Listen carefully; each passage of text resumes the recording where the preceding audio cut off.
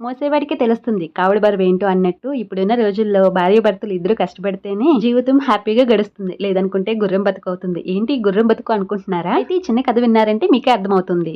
ఒక ఊరిలో సోమయ్య అనే వ్యాపారి సరుకులను గాడిద మీద పెట్టుకుని తన గుర్రం ఎక్కి పొరుగురు వెళ్తున్నాడు. కొంతసేపటికి బరువు మోస్తున్న గాడిదకు ఆయాసం వచ్చి ఓ పావు బరువును మోయమని గుర్రాన్ని అడిగింది. గుర్రం అది నా బాధ్యత కాదు, బరువు మోయటానికి నువ్వు, సుఖంగా జీవించడానికి నేను అన్నది. బరువు మోయలేని గాడిద నడుము విరిగి కింద పడింది. వెంటనే వ్యాపారి గాడిదను అక్కడే వదిలి ఆ బరువు మొత్తాన్ని గుర్రంపై వేసి తను ఎక్కి ప్రయాణం సాగించాడు. ఆ కొంచెం బరువును ముందే మోస్తే నాకు ఈ గాడిద బరువు తప్పేది కదా అని గుర్రం మనసులో బాధపడింది. దీన్ని బట్టి మీకేమర్థమైంది?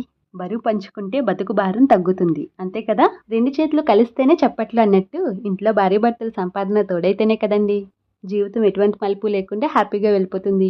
కాదంటారా మీరు? కాదన్నా అవునన్నా ఇది జీవిత సత్యం, అంతే కదా?